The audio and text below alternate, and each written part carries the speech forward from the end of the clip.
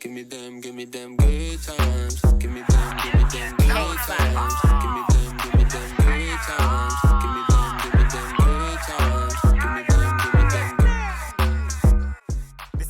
What's up, Lexity, and welcome back to Spokecast. I'm your host, Brendan Pointer, and today on the podcast, we are joined by a multifaceted artist with deep roots in the Spokane region. We are joined by the rapper, producer, songwriter, artist, Bendi. And on the podcast, we're going to dive into his roots, his transition from being an athlete to being a musician, and how his passion for music has evolved over these years. We also explore his role in the inception of Scheming, a collective that is focused on creating opportunities within the Spokane community through music, events, and so much more. Bendi and I also talked a little bit about the making of Scheming Tapes Volume 1, Dark Days. This is an album that's produced and written by the entire collective that's going to drop this Friday, August 23rd, and it just showcases the diverse talents from all of the Scheming collective. But the excitement doesn't just stop there on August 23rd. Not only are they going to release Scheming Tapes Volume 1, Dark Days, but it's also the same night as their album release party at the Chameleon. This is going to be an incredible night with performances from the entire Scheming crew and so much more. I think there's going to be some special guests. You don't want to miss this opportunity to see these new songs live and celebrate with the collective that's making waves in Spokane's music scene. They're just doing so many cool things, the Scheming crew. And that's why this week I have not one, but two episodes featuring Scheming. The first one you're going to listen to right now, a solo interview with Bendi.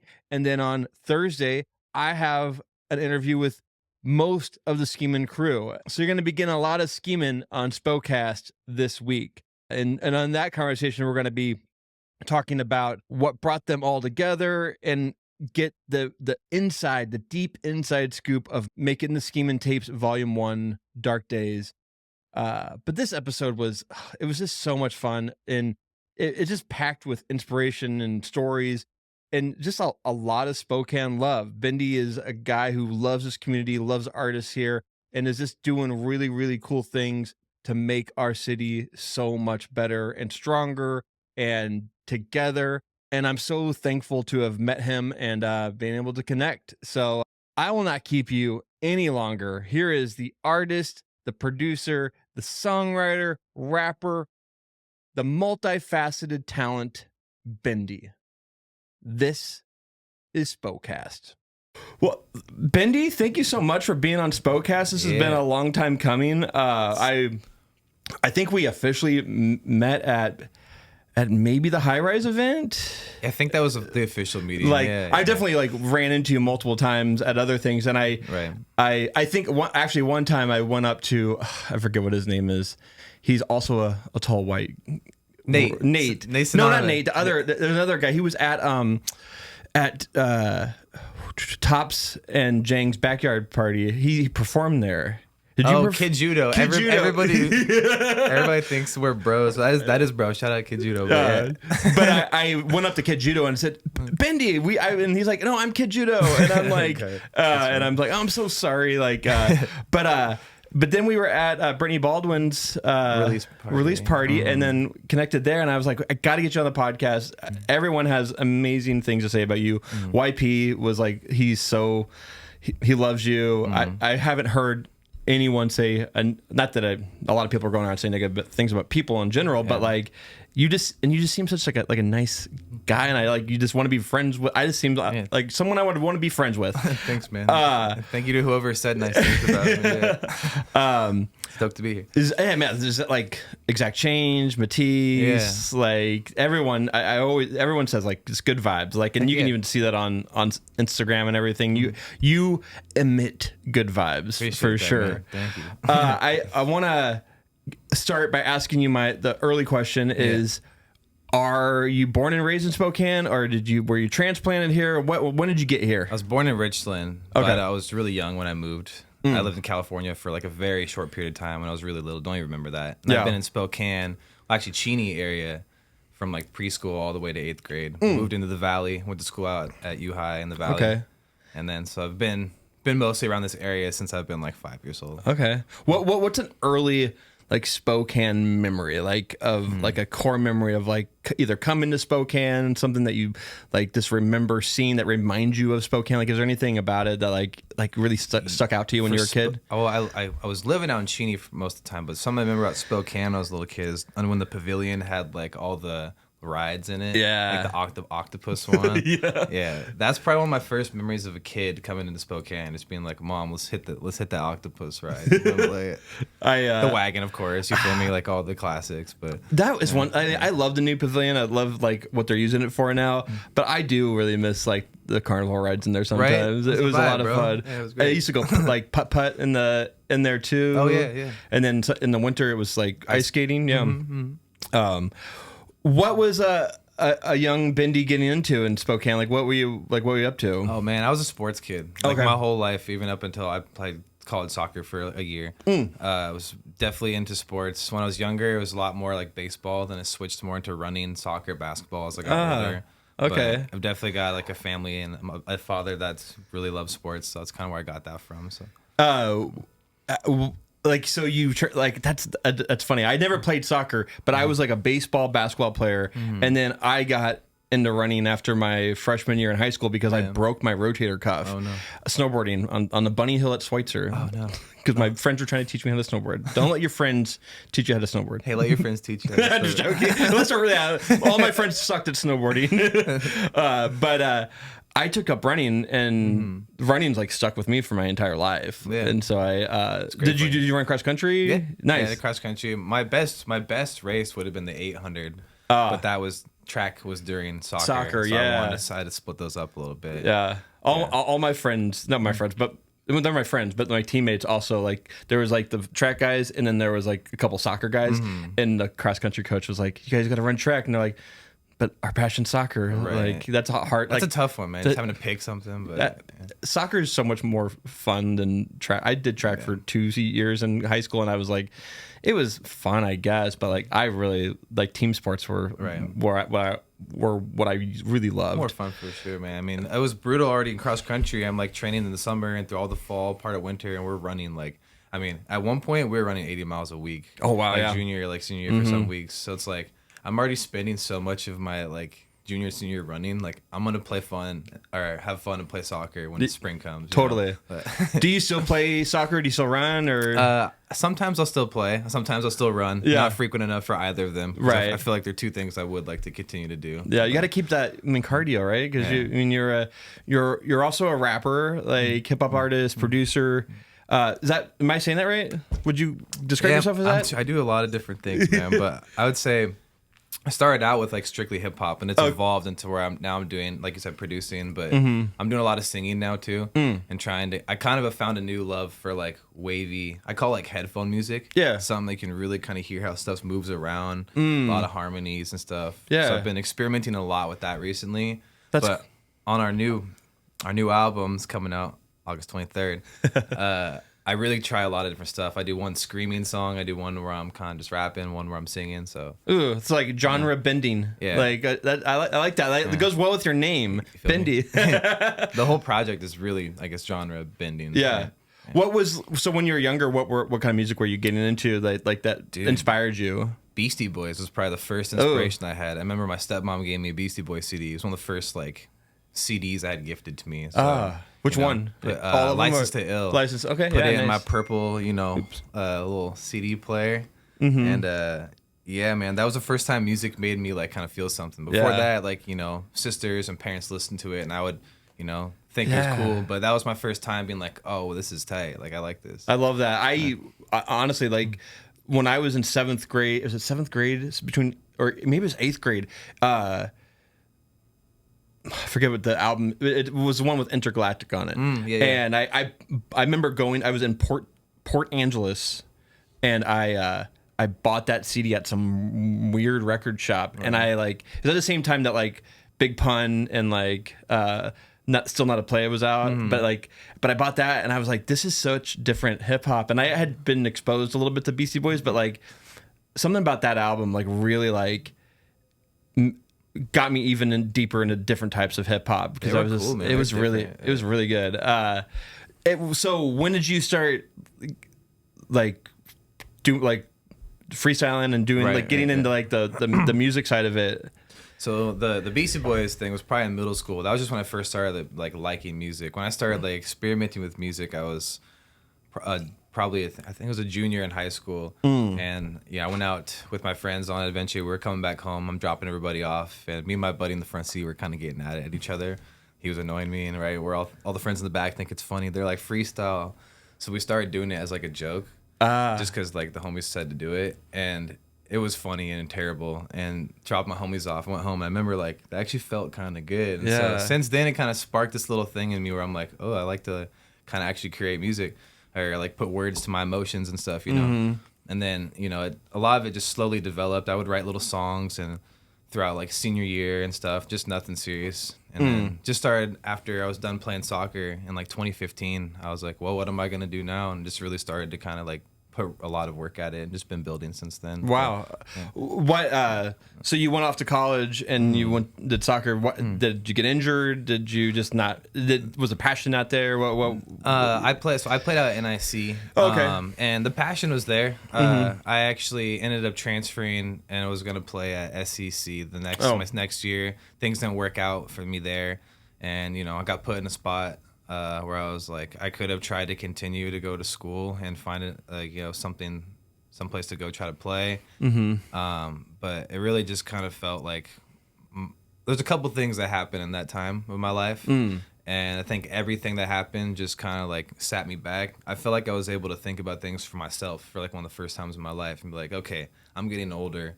What do I really want to spend my time doing? And it just like was flashed. I'm like, man, I'm not gonna just keep going down this lifestyle because I don't even really know where it's gonna take me. So I chose to follow like what makes me happy, which is performing music, and started working some sales jobs because I have some good sales experience, and just been building, trying to figure it out, staying scheming. Definitely. Like what? So like you don't have to like share if it's too personal, but like was there? Typically people don't decide to do that when they're that age, like when they're young, like they like for me, like example, like I had to like I got married really young. I got married 19 years ago tomorrow, actually, on July 19th or July 16th, and I worked at like a cubicle wall factory, and I had done other jobs, and then someone told me something about like, hey, like you're pretty good at this whole graphic design thing, like you should go to school for graphic design. I'm like, maybe I should. And like that was like when I was like 26 that I kind of made that, maybe a little bit younger than that, but like what was it that like kind of drove you to like inspired you to that? Was it someone? Was it a book? Was it like? I mean, it was a combination of things.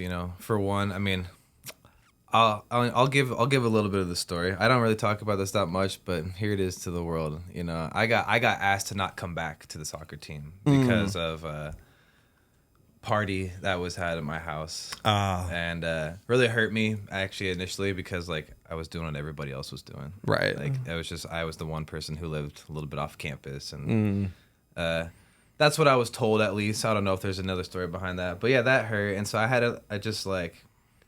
That was like the biggest thing that like was like, well, dang, what now? Like, so I was gonna go play at SEC, didn't work out there. I was like, man, I was feeling like really like down on myself, and like just like I was sad, and I was like felt like a failure. I felt sad for my family. I was like, man, what the heck am I gonna do? And for a while, even switching over to music, a lot of people didn't understand. Like, well, it took me some proving and consistent work to show people that this is like actually something I really care about and want to do. But it all happens for a reason. I'm super stoked to be where I'm at now, and I feel like I've definitely chose a lifestyle that has enabled me to feel more fulfilled. Yeah. So. Doing art and like, well, I mean, podcasting, I guess, is a form of art a little bit. It is very like.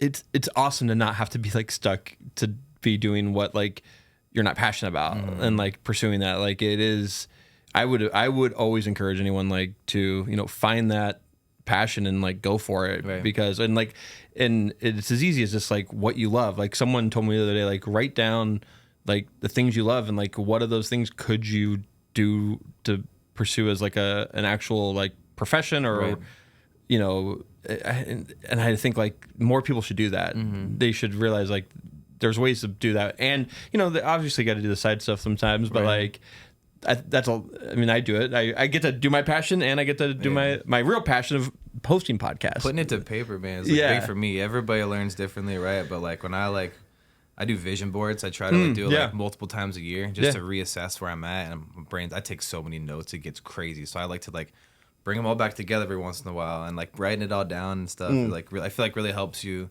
kind of see what you could do, or you know. Do you put them like? Do you put like big visions like somewhere where like you see them every day? Dude, I do like I put like a big circle in the middle, and then I like spider web it off. Oh, nice. And then I'll make. That's like my main one. And then from that, I grab another piece of paper and I take notes off of specific parts of that. It's like it connects to it. That's like all kind of. That's so cool. Well, before we get into like everything that you're doing now and like how like and even before that the stories of how you got into starting scheming, I want to play a quick little game. Okay. It's called the Spokecast Hot List. It's a name association game. I'm going to say a word, and you're going to say the first word that comes to your mind as it relates to Spokane. Okay. So, and they're all pretty, you know, I try to keep it as, I mean, I would say try to keep it, you know, to Spokane. I understand if you like kind of need to go off a little bit, but. Okay. I think I get it. Yeah. Park. You'll get it. Park. Oh, I don't want to say the first one because it's riverfront. But you don't. Yeah, that's the first one I feel like for a lot of people, riverfront. But that's the name. That's the game. It's riverfront. Is there another park you love to go to? Dude, fun fact: Spokane has more parks per capita than I think any city in the United States. It's true. We have a really good like park system here. I think it's sometimes underutilized, and I don't think people realize how good it is. Right. But yeah, Manitou's great. Yeah, I love Manitou. Totally. Coffee. Bahama Joe's. Ooh, where's that? My family started it when I moved up here from California. Really? It's in Cheney. Oh, nice. Is it still there? I think it is. They changed the name. Okay, but it was like a corner, like drive-through. Yeah, one? right when you pull in the Cheney. Oh, it was like that was it. Right. Oh my gosh, that was probably a great gig for your family, right? It was 2000 or something was the year that was built. That's amazing. Burger. Thrifty Scotsman's. Ooh. Shopping. The Valley Mall. That's where I work. I don't know. That's the first thing that came to mind. That's great. Brewery. No lie. Ooh. Sweet treats. It can be like any type of like cakes, donuts, candy. Probably the special caramel apples. Ooh, in the River Park Square. Yeah, right in downtown there. Yeah. I forgot what that place is called though. Yeah, me too. Some Sweet Factory or something. I think it's something. It is local. I know that. I just don't know what it's called. Yeah. Brunch. Oh, it's off of Appleway. Oh, Cottage Cafe. Cottage Cafe. Yeah, great mimosas. They're very friendly mimosas. Oh, very friendly mimosas. I like a mimosa that's like champagne with a little tiny bit of orange juice. A little tiny orange juice, like a thimble of it. You get it. Neighborhood. Middleome, or Middleome, if that's what it's called. It's where all the homies lived by U-High. Oh, okay. Yeah. It's a neighborhood. Yeah, it's Middleome East or Middleome. I don't know how to say it. Yeah. Yeah, that's cool. I've never heard of that neighborhood. Yep. Visual artist. Godfeedy. Daniel. Yeah, he's amazing. Yeah. Pizza. Market Street. Yep. Yeah. Man, I feel like you're saying the same one. I just interviewed a Nothing Shameful, and they literally named like both nice, Daniel Lopez is like he kills it with his art. Absolutely, it's amazing. Yep. He's a really nice guy. Yeah, he's great. I need to get Daniel. I told you this multiple times. You need to come on the podcast. Come on, bro. Music venue. Big Dipper. Ooh. Event. Terrain. Ooh. Have you performed at Terrain? No, I meant to apply to that one too. It's coming up. I got to do that. I really want to. I've played at Terrain before. I did a show with Jang. Oh, okay. And like Ali Griff and a couple other people back in the day. This was probably like 2016 or something. Like early, and then music artist. Alan Stone or Blake Braley. Yeah, there you go. Yeah. Blake Braley's my bro. He's great. We went to school together. Oh, you did? Yeah. Oh, nice. Yeah. His like the picture he posted the other day of that Alicia Huff took of him at Red Rocks. Amazing. I was like, I got chills, bro. I'm getting chills talking about it right now because I was just like, that would be so amazing to be playing this show. Howdy, bro. Love you. I don't know which camera to look at.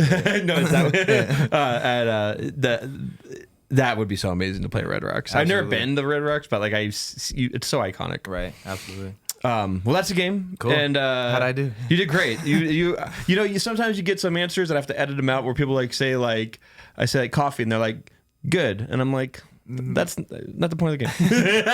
I had a. You don't have to edit any of that. You don't got to edit any of that. I might. Yeah. No editing.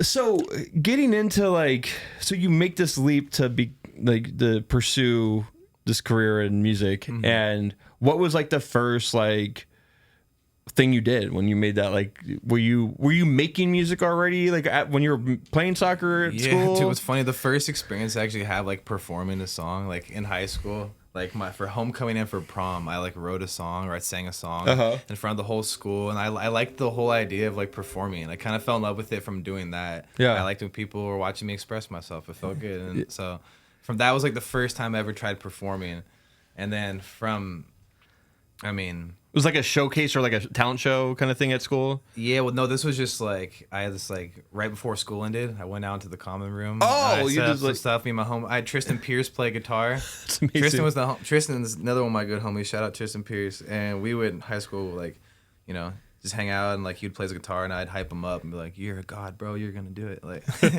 and then so he helped me do something for like a homecoming thing. Nice. That was the first time I ever did like a performance. And then so I think after the whole soccer thing happened and whatnot, I kind of realized, well, what's the first steps with doing this? And it's like just getting my name out there, trying to practice. So we went to like open mics, not like your average open mic. Me and Allie Griff went out to this like random bars where there was all sorts of types of people there and just did our music, and you know a lot of people weren't even really paying attention, but it just gave us practice. And then Dope was to the locals like 2 or something. Okay, was like the first time I like was on stage for something like with Mo Davis. Yeah.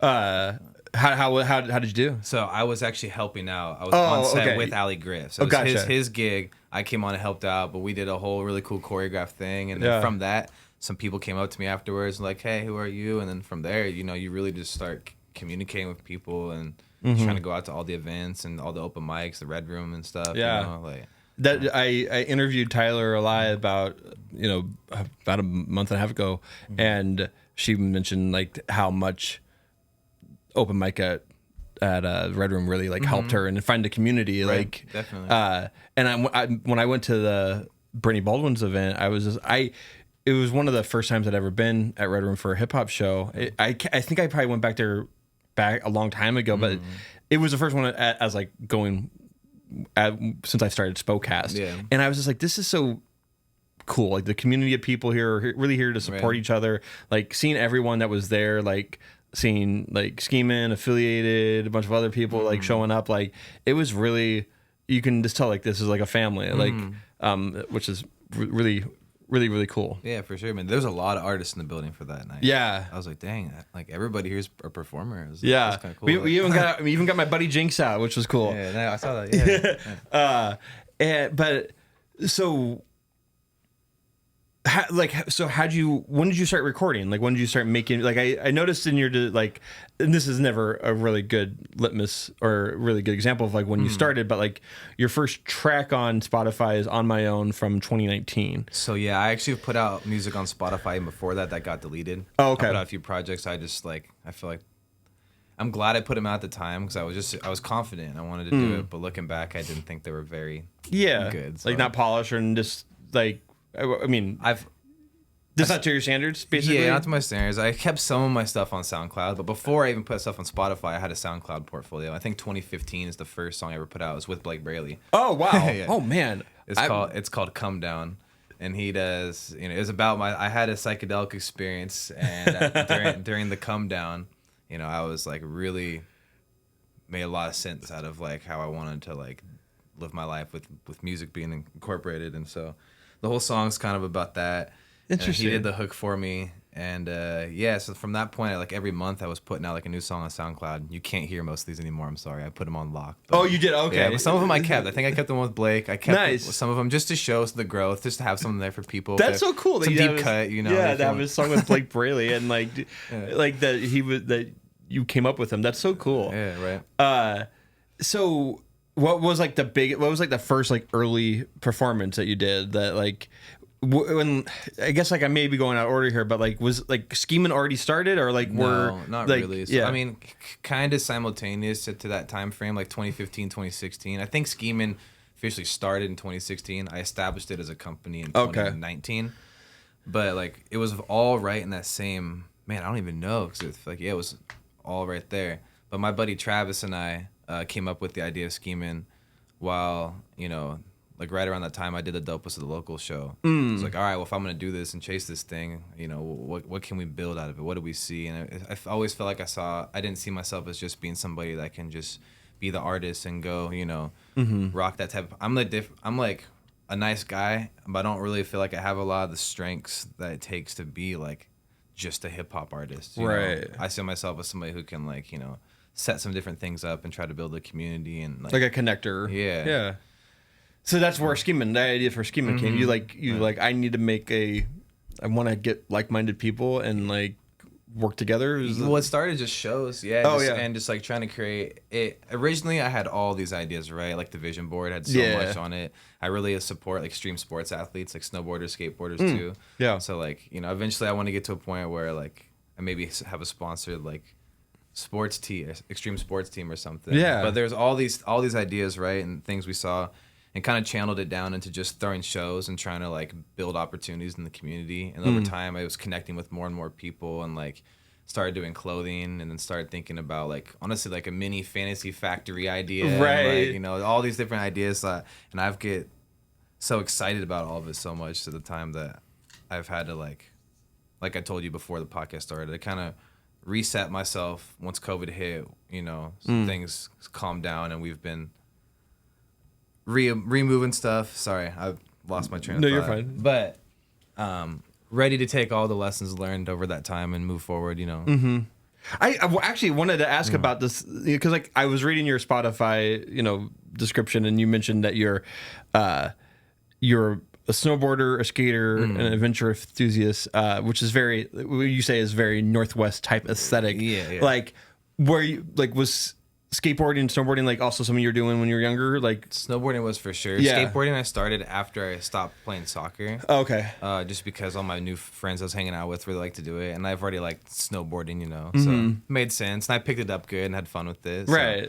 But it was just something that was like a fun hobby. Yeah. I mean, I'm decent at skating. I'm not the worst. I got a fun surfing style, but snowboarding is something that I've put a lot of effort into. It's the only thing I've done my whole entire life. Oh, okay. So it's like that's definitely the number one thing that fills my soul. Yeah. You know? Did you like where was your mountain? Mount Spokane? Silver. Yeah. Okay. Silver, and then I went to Schweitzer for a little bit, but Silver is like, man, they got Silver secrets, man. There's a lot of stuff there that you can get to. You do a little extra work, go through the tight trees, and man, there's some good runs there. When I was a student, like I had a season pass, and this was back in 2004, and like you could get like a pass for like $175 to Silver, and we would go there. It was only a Monday through like Friday pass or something like that. You can go on the weekends, but we would go there like every weekend. It was so much fun. I wasn't like, I just loved doing, I just was getting into it, and then got married and I stopped kind of doing it. It's like, so going up to a mountain it's the best, bro. It's the best, but it's also like, it costs a lot of money. Yeah, it does. But so like, was that another passion? Like you were like, thought about pursuing? I know a lot of not professional athletes, but I know a lot of like athletes who take some sport serious, like end up maybe going towards that direction. It was probably one of the more exciting thoughts I had as a kid. Yeah. But like just the way things were working and how much effort I was putting into other sports, it never made sense. I never actually like was trying for that. I've been a really good rider for a while. When I was like into high school, I started getting really good. Started doing flips and doing more spins and stuff. But like, it's just it has to cap, because I had to cap how much I was pushing myself, because you know I just want to put effort into other things. Right. I don't want to get hurt or anything. Yeah, it's so like it is. I mean, I broke my arm when I was a freshman in high school, and like it did push me towards something that I would never have done in cross country. Right. But like it's very dangerous. You can definitely hurt yourself. I want to go like talking about like you yourself as an artist, like a music artist, like you mentioned that you started it with rap. Now it's lyricism. It's also you write, you produce. Like what lane are you the strongest at? Man, I think I've realized recently it's production. Okay. I'd say my beats have been getting really good. Yeah. And I really am diverse with it, and I'm really good at I love hearing somebody's idea and being like, okay, let's try to make something to fit that energy. Right. It's really fun to make music that way. I feel like I'm probably better at producing than anything. Yeah. How do you create music? Like, what are your tools? There's a few different ways I'll go about it, but typically I use Logic to make beats usually. Yeah. But I'll find either a sample I really like, or I'll pull something from one of my friends playing guitar. I'll start with some sound I like, and I just build my own drum beats out of it. I don't play my drums live. I pull pieces in of sounds I like, or I'll find some hi-hat sounds on Splice or whatever, and kick sounds, or I'll get some from another way, but I'll just kind of put them in like a grid. I don't really play them live. Yeah. I've tried it before and I can do it, but I see it really visually. So I'll make my drums like that, and then, play my own bass on the keys, and my own little counter melodies on the keys, Did you learn, did you play music in school? When I was in middle school, I played baritone, not sax, like the mini tuba one. Oh, that's funny. I played the baritone in 4th grade. Nice. And then never played it again.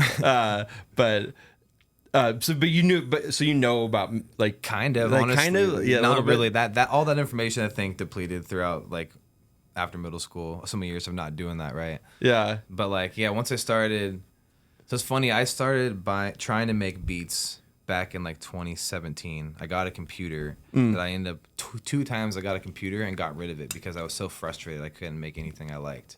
Yeah. And even third time, I think I even tried making beats, couldn't do it. COVID hit, and I was like, all right, I'm gonna make beats. I've always wanted to figure this thing out, and just this is probably the amount of time I had. Right. Yeah. But I figured out. I cracked the code during COVID, and then honestly, shout out to a lot of people that were in my life at that time that also pushed me as an artist. I spent a lot of time with Top during that time too. Mm-hmm. He was over my house for all the time. I was kind of watched his methods a lot on making beats. Mm-hmm. Picked up on shit from him. Picked up on a lot from some of my other friends that were doing stuff, and just finally made the first one that I really liked, and I've been growing consistently since that point. So. Yeah. What was that first one? Oh man, it's just some spacey sounding. Oh, okay. I don't even remember what it was called, but I remember I made the first one I liked was probably this really. When I first started making beats, I was really into the super spacey, a lot of soundscapes and trippy drums. Yeah. And now it's transferred into a lot more of I do a lot of R&B beats or lo-fi or hip hop beats, but. Yeah,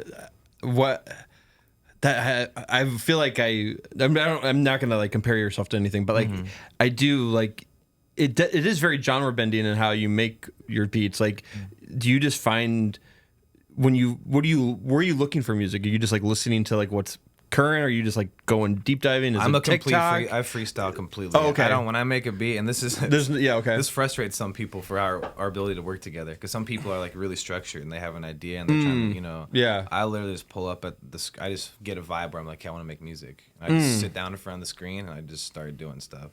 Yeah. I'll just start looking looking at different sounds in different packs. I'm like, that sounds cool, let's go with that. It's just you just discover something that you want to sample. Yeah. And then sometimes I'll catch little visions for drums though. Once I'll start at free form and just listen to a bunch of different sounds and be like, ooh, that matches my frequency right now, and I'll pull that one in. Because that's the thing is usually your vibe is you have a certain energy at all these different times. So if I have an idea and I go to recreate the idea at a different time, my energy might be a little bit different. I could still do it, but it makes it feel I'm doing a task, I'm doing this thing I already thought about. I really enjoy the process of just here I am expressing myself. Yeah, these are the drums that make sense right now, Yeah. That's really cool. Just catch the wave. So when you were a solo artist, were you making beats yourself then? Because you sounded like this didn't start till 2020. So so how it was? Where were you getting beats when you were? Who was producing I was buying for them you? off YouTube. Okay. And just anything I liked, I would just just pay for a little $25 lease or whatever, or and then some of my once I got 2018, 2019, I think a couple of my friends I discovered were making beats, and I bought some for my homies. One of my albums I put out that's no longer available to listen to. One of my ex's little brothers did. Nice. Shout out to Vaughn. Yeah. So when you're solo and you're like kind of doing this by yourself, like what was like, and then this idea of scheming came into play. Like, what was the idea behind the community of creating scheming that like really inspired you to start it? Like, was there?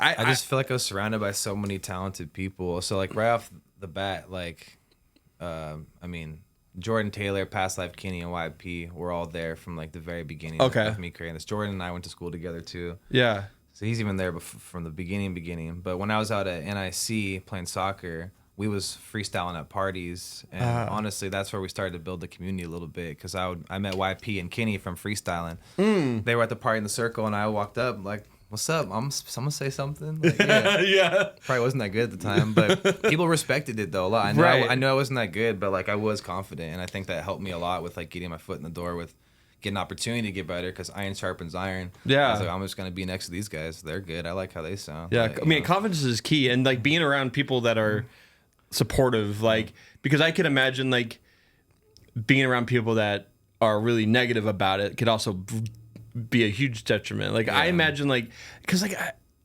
I mean I'm about 14 years older than you, and I was like, I mean I never got into like trying to freestyle or anything like that. Like I used to write poems, but I would never have ever considered trying to freestyle like in front of anybody. That scared the hell out of me. And the more I think about it, when I like as an older Brent, I'm like, man, I should have tried it. Like, because like music was always like a passion of mine. Like I'm not musically inclined, but like I have so much respect for artists that like just they start it, and then like that's how that's like your 10,000 hours. You gotta do it in order to get better at it. I've always believed in that theory too, and that's like the 10,000 hours or 10 years or whatever comes first, you know. Like, just if you continue to put your work in, you know. Like when you write, do you write from like freestyling, or do you have like an idea, like a kind of a verse comes up, or like a couple like lines come up in your head and you write it down? Like how do you write? Sometimes it's like that. It can depend. Like I feel like most of the time I'll connect to the vibes of the beat, and then they'll remind me of an emotion, and then that'll make me think of something going on in my life, and then I'll try to like, channel that all together. But I'll start making just like sounds. I'll just start like mumbling, and then all of a sudden the mumbles turn into something. Yeah. Or I've done and honestly, that's another thing I kind of got from watching Top make music. But like, just playing a beat, and then just like even I would record on my phone, just like blah blah blah blah, like whatever, and then I would keep recording it, and it would slowly get more and more melodic, and then you kind of catch little cadences off that. But that's why I do a lot of like my more like melodic music when I'm writing. It's like definitely usually like writing this like straight rap verse. I think oftentimes it stems from like a really intense emotion, like, and just something that you want to get out and express. So it's a little bit more like a little bit more of a thought process and pulling up words and thinking of things I'm dealing with when I'm writing rap verses. Versus I like to just be kind of super like with the waves when I'm doing more melodic stuff. Yeah. What would you say you're like better at, like doing like verses, or like doing choruses, or like? I love to rap and I love to perform rapping, but I not to dog myself. I think I'm a good hip hop artist and performer. But I am. You're very talented. I'm liking how it sounds more, honestly, doing with the wavy stuff. Okay. I think I see my brand image switching more to that. I think it makes more sense. Yeah. I'm using the Schemin' album as like my re-entry into everything, and then I'm gonna drop my own project probably next year. Nice. Next year, we'll see. I will say, anytime someone says they're releasing an album anytime, I would say give yourself time. Like it's like it's such a. I have it like ready. Yeah. Oh, you have it ready. You could drop it tomorrow. I mean, not everything's ready, but I have a catalog of music that I like, and I would be willing to totally get better mixes and masters on, do the whole thing. Yeah. I'm just like just wait until it feels right. Yeah. I don't know. I got kind of spooked from the industry. I never stopped working at it, but after like year 7, 8, like it was just like lot of self-doubt, a lot of like rethinking things, a lot of comparison mindset, a lot of unhealthy habits for sure. Yeah. Like, and that was coming in right into when COVID was starting to, it was an interesting time, but a time where I learned so much about myself and about music. And, I feel like things have been figuring themselves out a lot more since then. So. Right. Do you master your own stuff or do you get it mastered? So right now, I'm in been in the process for years, obviously learning how to do all this. And I shout out Panoramic Dreams and TS for everything they did for me and taught me. Yeah. Now I'm at a point where me and my business partner, Carter Fox, he also helps me do everything with scheming. Okay. We kind of team up on a lot of stuff, and we're doing the mixing and mastering together for our album. Even. Oh, nice. It's kind of stressful because there's definitely levels to this, and we've got it. You know how it is. You want it perfect. You want it perfect, yeah. I mean, I don't know exactly how. The working with some of the people I worked with, like I don't hear that kind of stuff. I don't hear the master stuff as much. Like I got to sit in with my friend Jinx when he did his song "Good Times," and Jimmy Hill mastered it, and but hearing it from like the demo to where they got to with it, it was like you can hear that, but then there's other little tiny things in there. Like I'm just like, I think it's great. And so I do think artists sometimes can overthink it because like not everyone's gonna hear it. But I understand the idea of wanting to be perfect. I mean, like have it be like I think perfected. Yeah, I think we're doing great, all things considered. For where we're at, yeah. Me and Carter have been putting a lot of work into it, and we're getting better each day. And totally. I was mostly just a recording engineer at Panoramic. Okay. Was going to move more towards mixing. Things happen. The studio's no longer there. But, I think moving into when we start our building here in August. Yeah. It's going to start out as opening as a production and a recording studio. But cool. Very shortly after, I would like to continue to sharpen my skills and open up, like a 25 to 35 an hour type opportunity for people to come get mixing and mastering done as well. Yeah. So, I mean, it's funny. I was actually just talking to my friend about this. We were like, there's this, and I'm not dogging on anyone in Spokane that does this themselves. That has Pro Tools, does it all themselves in their basement, whatever. Like that is definitely a lane that people say and it's needed. But there is a need for a place for artists to go and have the tools to be able to do this stuff where that is accessible. Yeah, it's honestly just the energy of I'll bring up Panoramic Dreams for example. Yeah. Like the whole process, and we've talked about it a lot on Instagram posts and stuff, but you come in, you get a pre-production, make sure the vibes are right, you have a team of people that make sure they're going to help you. Yeah. Everything is done in a way that makes the artist feel kind of good about making the music. Yeah. It's not just all right, come over and then we're going to record it and I'll get you a mix, Yeah. Which works too. And honestly, I've made some of my best music like that. Shout out to Brian McCaslin and Sherm. They've also done, I haven't worked actually much with Brian, but I have worked with Sherm on a lot of my stuff. And I think he does a great job. Sherm does great. I mean, I can't speak for Sherm, his journey. I also talked to at Brittany's event. I'm like, I need to talk to him and get him on the podcast. He's also been there since day one with YP. He was rapping with us in the circles at the same parties, bro. Yeah. Oh, wow. We and Sherm never had the same connection that I had with we're tight ass, bro. Yeah. We go golfing sometimes, but yeah, me and YP and Kenny were more friends throughout the whole thing. Oh, okay. They had their own little other thing going on. The Stoop Kids. Yeah. Okay. Yeah. Yeah. So yeah, I mean, in scheming, who we're gonna. So I've already probably teased this at the very beginning. We're gonna do a scheming episode later this week where we have other members and we'll get into them and more about the community of scheming. But when you were starting scheming, who were the original members again? Honestly, this all just formulated in the last year and a half. Oh, okay. So I've had people. So you had the idea of scheming years ago. Yeah, it's been mostly just me, man, for a long time. I have people that help me out with events and with ideas and stuff, but all the moving pieces for since 2016 have pretty much just been me. Okay. And I learned how much I needed help, through all that stuff, and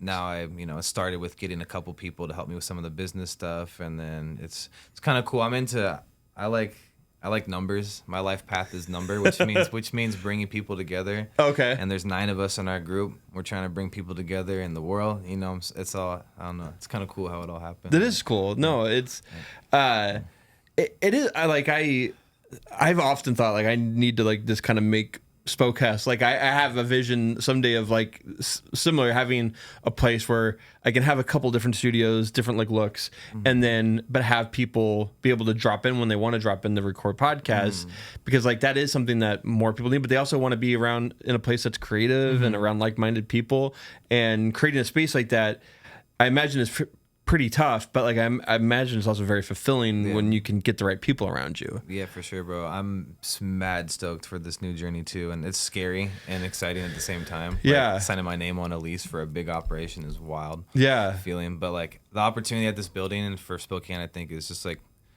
everything's perfect about the space, the timing, what the city needs. I feel like. So what is the space? Like, it's like, yeah. What? So we haven't talked about it. Yeah, people are like, "What is that? What is he talking about?" Yeah. Okay. Which we'll also get a lot to probably in the Ski Man episode. But we're starting, you know, our own little, like I said, recording studio / artists creative hub area. Okay. It's gonna be, we're subleasing out to other people. Oh, okay. Kid Judo and Brand Dimitri will be in the building. We got some other content creators, the spiritual healers gonna be in the building.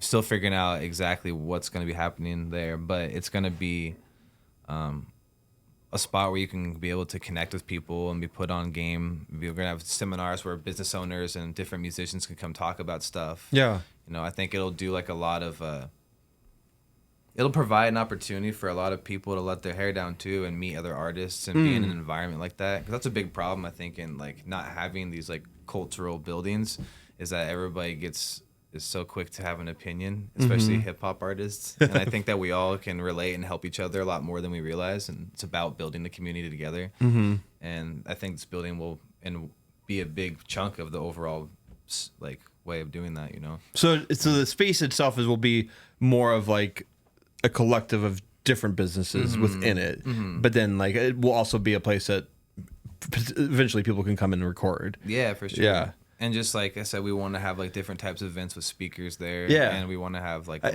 I think the networking part side of it too is huge, because I feel like I was talking to... who was I talking to? It was a podcast I was doing recently, and me and the artists were talking about how we had something like that for a little bit. It was the Welcome In, and then it kind of just went away, and I was like, where are people going for like the network that's not centered around a show? Right. Because like a show, people get distracted. Like you like, and I'm going to see Top. I'm going to go see whoever's performing, Jang, TS, whoever. Like I'm there to see them, and then like I it is kind of networking still, but like I love being more intentional about networking than having to be like networking at these events. These are like times where I'm like, I'm just trying to listen to some music, you know? I mean, this building is not going to be like... There's not going to be it's not like a public right thing. You can't just like pull up to right. Like, just like what was cool about Panoramic was like, I mean, that's the only like... It was the only thing like it, and like on the east side of the state. Plus, I mean, I don't even know if there's anything like that in Idaho or even Montana where it's... But I wanted to touch on, like, you were talking about events and having people come and speak at stuff. So like there will be a side where like you can have... You probably will have like networking types of events there. Yeah, for sure, definitely. Yeah. And like so the thing with Panoramic was that, you know, it's an actual like proper recording studio. You could come and get be treated like well through the whole process and get a free pre-production. It was really the only thing you like that. Like you could go to you know, there are people working at their home studios and whatnot, but a lot of artists didn't have the opportunity to like experience that. And I think experiencing working that way with those types of people can really help almost like take you further, and just like how you're like in your mindset of being an artist, and for sure that's a real thing that you're trying to create for yourself. Like well, I mean, that sounds I mean, like I said, it's needed, like in terms of artists being able to create, because like I mean, I think we both know like living in this new, you know, world is like anyone can make music on the computer, anyone can make a podcast on their computer, but being able to go and work with people and have an experience is where you set yourself apart from, you know, doing it by yourself, DIY. Like the space alone is just a big part of it too, man. It's a really beautiful building. It's designed interiorly to like provide like a good creative atmosphere. Yeah, and it's crazy. That actually is a really big part, I feel like, of the whole thing. Yeah, just the atmosphere in general and what comes from that, you know. What other visions and cool things you like want to put in there? Man, you know, I do screen printing. Okay. And I have my own little operation that I do in my garage at home. Nice. But I would like to make that bigger and actually like have like a actual full operation, learn how to do embroidery, and also create clothing. I really like clothes. I sell clothes at work. So I don't know. I really want to start that whole department of things. But outside of that, like I said, just having speakers come. We have a cool little outside patio area, and so doing like little small intimate shows where we can have a couple vendors. You know. Yeah. You could totally do something cool there. I'm not gonna like give out the location because I don't want everyone for sure knowing right now where it's at. But like, yeah, you could definitely do. I mean, that whole space could. I mean, multiple people that I've talked with, we had visions of doing a really cool like show in that little courtyard, right. And you could do something really pretty intimate, for sure. But have like, you know, 50 plus people there, probably even more than that, right? Because it's outside. So yeah, no, the idea to do something there, I hope that you do something soon once you get in there. You're right, no, for sure, man. There's still a lot of ideas cooking, you know. Yeah. I think it'd be cool to do like so one thing we did at Panoramic is we held like a producer event. Okay. And like, you know, a bunch of different artists and producers came together to, you know, check each other's workflow, work together, freestyle. And I really liked the atmosphere it provided. It's like I said, bro, it's a real big thing where like people just need to have an opportunity to just let their hair down next to other people. Yeah. And just feel the vibes, you know. That's cool. I think it's a problem in today's world, bros. Everybody is so quick to have an opinion about things, about a person, and you know, it's like it's crazy. That is true. People are very quick to judge in our world. I mean, I'm probably guilty of it as well sometimes. Right, we all are. Yeah. But like, no, I think, you know, I think this idea is very, very. It's needed in Spokane, and I hope the space that you create is successful. Like, stoked to show it to you, man. Yeah, I'm excited to see it. With we'll talk about this a little bit in the Scheming episode too. But like, you have an album coming out August 23rd, and what's the name of the album? Scheming Tapes Volume 1, Dark Days. Nice. And this is like, how many like. What is your role in it? Like, are you on multiple tracks? Like, how is it? Like, how are you organizing it? I kind of captained the whole mission. We went out to an Airbnb in the wintertime for a few days and made the project together. A lot of the project was made there. Some of it was made back at home. Cool.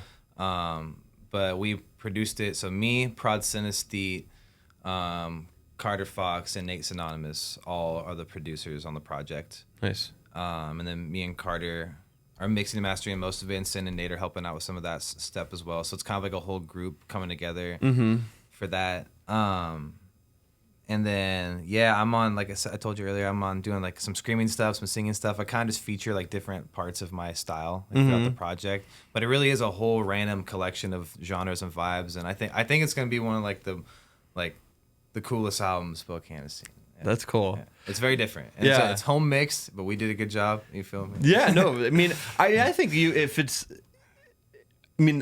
I have a board in here like that kind of does music, but like the tools that you need to make something sound good, like you really just need a good mic and someone who knows how to engineer it, like because you know it's if you can get good vocals and you can get like you're using the beats and like all the stuff, like that's all electronic, so like it all comes through your computer anyways. So it's powerful in numbers too, man. Like when we all come together with our ideas, I realize that my strengths and some of my other homies' strengths together can make really awesome stuff. Like Nate, Sin, me, and Carter all like self-produce and mix and master our stuff for the last like X amount of years. So when we all come together and work in the same room, it can be a really cool thing. Yeah, you helped with Nate Synonymous on his little EP. Excuse me, not little EP, on his EP. Yeah, big EP, big EP, my guy's big EP, big EP. No, I didn't. Okay, I didn't help him with that. Oh, okay, I wasn't sure.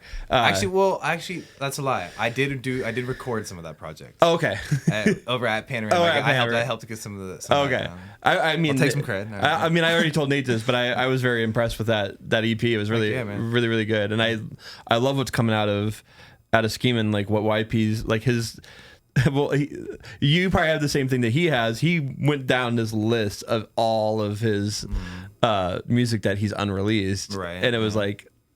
It was a long, and I'm sure you have something equal. Scheming is we're a very vaulted group. Yeah, I will say that we have almost every single one of us has a very deep vault. But I mean, it's a good thing to have, though. I mean, I feel like it's like, I mean, it shows like not everything we create needs to be out there for everyone, and maybe, and then maybe you go back to something and you can find like, and like, oh, like I could see how this could work now too. Right. Like that's cool. Like it's always cool when someone brings out music that like you've never heard of. The sad thing about it sometimes is oftentimes like for me, I'd be overthinking how much money's needed or what the timing of it. So I got a lot of music right now that I would love the world to be listening to, but I'm like, is this the best business decision for where I'm at and everything I'm doing? So without giving you all the blueprints of my business plans, it's like, you know, I told you before, I had to reassess a lot of things, and this album and this building we're starting is like going to be the real start of like my whole new wave, and I'm trying to really reapply myself appropriately and be a good leader for all these boys in the group, you know. So so yeah, I mean, you're busy getting into this new space, releasing this new album. What is when we'll get in get into this a little bit, but like Scheming has a show on the 24th, 23rd, at the Chameleon. The Chameleon, nice. And that's the album release and everything. Like, I'll talk to you about that show because that's coming out that'll be coming out the day before the show. But what I mean, like in these next 2 months, like I mean, obviously you're excited about a lot of things, but like what are you most looking forward to? I haven't really shared a lot of music with people in a while. So I mean, that's a big part of it. I'm excited for people to kind of see where I've transitioned to, and what I'm up to right now. You know, right now when people say, "Well, what's your Spotify?" it almost hurts me. Like I'm like, "Yeah, here it is." And I got some songs I like on there, but like I've really like rediscovered a lot of, even not my identity, but like I've kind of been finding my way a lot more of the whole creation process over the past few years. So I'm excited to display that.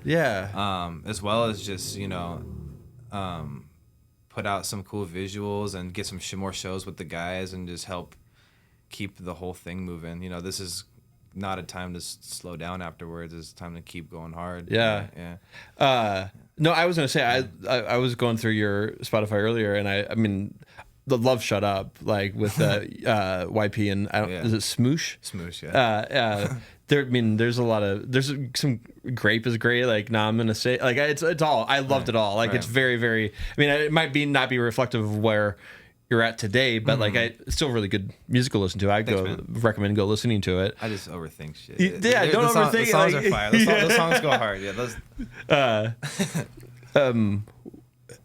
But yeah, no, this is. I mean, I listening to what YP has, like, I don't think he has a couple songs that are coming out. You have some stuff coming out. Like, it's cool seeing like Scheming like really come up like in Spokane and like especially with like Affiliated doing it too. Like, and you did the High Rise event together and like showing like collaboration and like real community. Like, I gotta say, like it's. Everyone I talk to says like there's a different vibe in Spokane now because of with music in general, and like that really I feel like starts with what you're doing, what what Affiliated's doing, what a lot of people are doing, and it's very creative in Spokane right now. Okay, man. Like, and it's And you're part of that, and that's huge. I appreciate it, bro. Yeah, honestly, one thing I pride scheming about the most, man, since day one, we've been throwing consistent events nonstop since for 8-9 years now, and every single time it's like a safe space. Yeah. No bad stuff happens at the events. People are meeting people or just feeling comfortable and being vulnerable. Like, I don't know, I've really that's been a really cool thing to be able to do. Yeah. Just because a lot of people just need like a safe space. And sometimes hip hop shows can be a little bit cliquey. Yeah. They can get a certain vibe. And even just like bringing hip hop to the Big Dipper, they weren't even really doing a lot of hip hop before we started coming in there and bringing a new energy to what it could be in the scene, Yeah, no, so it's like activating that space for like all types of music is really cool. Right. Because when you think of the Big Dipper, you think of rock, like, right. but like, I mean, what's funny is years ago I didn't go to this stupid show. I don't know why I didn't go there, but like Odyssey came and performed at the Big Dipper, and I was like, that was cool to see Odyssey come through Spokane, and I'm like, and that's why I love supporting hip hop, because like I feel like the more hip hop gets supported in Spokane, like the more it will just keep on growing and just show the world like what Spokane's doing in the hip hop scene. Because there's a lot of talented people here. Yeah. So many. It's cool. It's really cool. There really is. And I keep, even each day, I'm realizing people are moving here all over. And like at Panoramic, like a lot of times I would get to meet people that are just moving here. And even just people, I can think of 3 or 4 names off the bat, people that moved here in the last year. They're also like really good artists. So, I mean, that's cool. Yeah. That's really, and everyone that's, I feel like everyone that's moving here too, I feel like they don't have anything, people love the city, and like there's so much negativity going on sometimes when you get on social media about Spokane, but like really, like you're lifting up the city and you're doing it in a very like awesome way. Like I very much respect it, so it's really, really cool, and it inspires me, because it's like I can't really be, the only way I can really be in the music scene is by doing this, and like I think it's so freaking cool to see like there's people coming together. Yeah, so. For sure, bro. You're a big part of the whole connectivity piece too, man. We appreciate you too. Oh, I appreciate that. No, it's doing stuff like this and like being the type of guy you are too, and having all of us on. I mean, that helps people also like get to understand everything happening. So well, I'm glad we got to make this work, because I know like I'm definitely like, and I'll tell anybody, like I'm the kind of person that will say like, hey, like I'll get on the podcast, and then like I always forget to reach out, and like, but here we are. Well, I mean, before we go, like, I mean, shout out where everyone can find you, and then like any like, and just shout out the kind of the big events coming up. And, well, it's Bendi with an I, BENDI. You can follow me on Spotify, Apple Music, all that stuff. Like we were talking about, the album and the show is August 23rd. Schemin is also a different entity, so you got to type in Schemin to find the group stuff. It's SKEEMN, all caps. We got 3 singles out right now. After the project drops, we're going to continue to be doing some shows and trying to be involved in the community.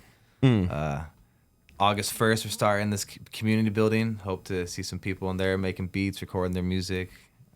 Awesome. Shout out to all the Schemin' boys. So you'll be already like by the time this episode come out, like that's gonna be open, and everything will be full force. Like, so I'm excited to see where this all goes for you, Bendi, and Thanks, man. I'll try to be at all the shows and support as much as I can.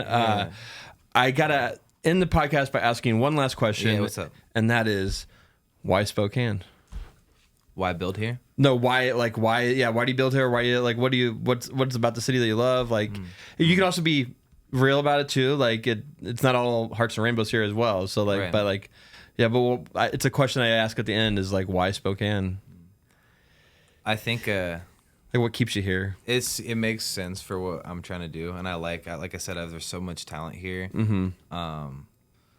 All the people that I love and are beautiful artists and trying to do their thing are all here already. I'm so committed into this at this point. Like, are there other places in the world where I would maybe mesh in a little bit better and enjoy the environment more? Absolutely. But all things considered, like I do like Spokane. I like this area too. I feel like it's like I can get to the ocean pretty quick. I can get up to Canada. I can go down to Mount Hood and snowboard down there. Yeah. I like it's like you can drive like 2 to 5 hours to do a lot of pretty cool Northwest stuff. So yeah, I like the whole environment of Northwest, and yeah, man, I believe in this area will suit my vision the best. So, yeah.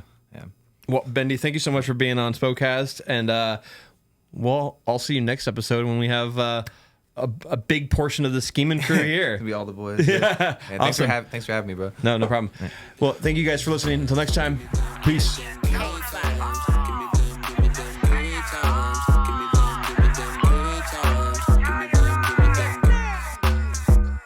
This ain't a love thing, we fucking, but it's lovely. Humping, bumping uglies, what a fun thing. Nothing, but it's something, what I'm wanting.